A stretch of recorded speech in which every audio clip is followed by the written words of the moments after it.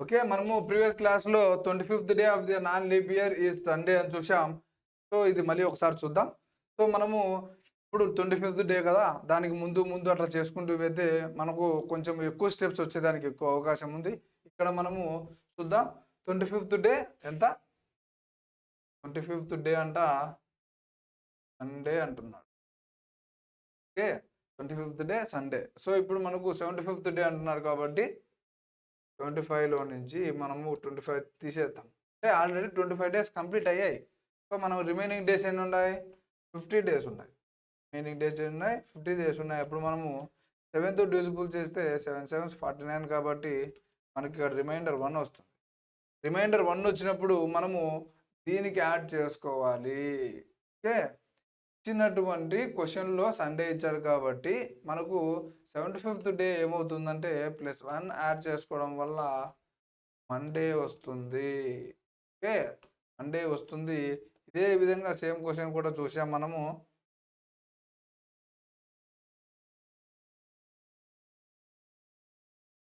Okay.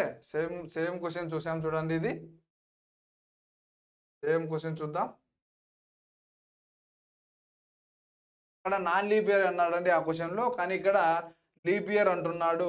ఇప్పుడు leap ఇయర్‌లో మనకు 366 డేస్ ఉంటాయి కాబట్టి ఇప్పుడు ఇచ్చినటువంటి 266 డేస్ తీసేస్తే 100 డేస్ వస్తుంది.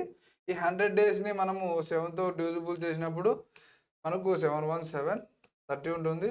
7 4s 28. సో, మనకు రిమైండర్ 2 ఉంటుంది కాబట్టి డైరెక్ట్‌గా మనము ట్యూస్‌డే అని వేయకూడదు.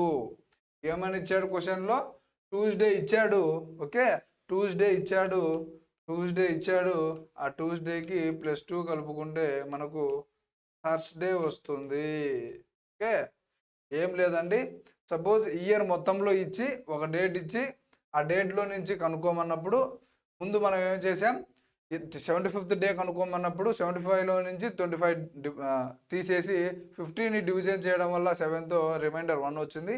సో, సండేకి +1 యాడ్ చేసుకుంటాం.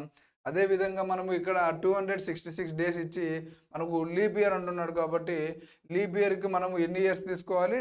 ఎన్ని డేస్ తీసుకోవాలి? 366 డేస్ తీసుకుంటాం కాబట్టి 366 డేస్‌లో నుంచి 266 డేస్ తీసేయడం వల్ల 100 డేస్ వస్తుంది.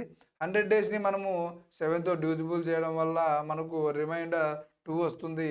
మనకు 266 డే అనేది ట్యూస్‌డే ఇచ్చారు కాబట్టి +2 యాడ్ చేయడం వల్ల మనము దాన్ని ఫైనల్‌గా థర్స్‌డేగా పరిగణించవచ్చు.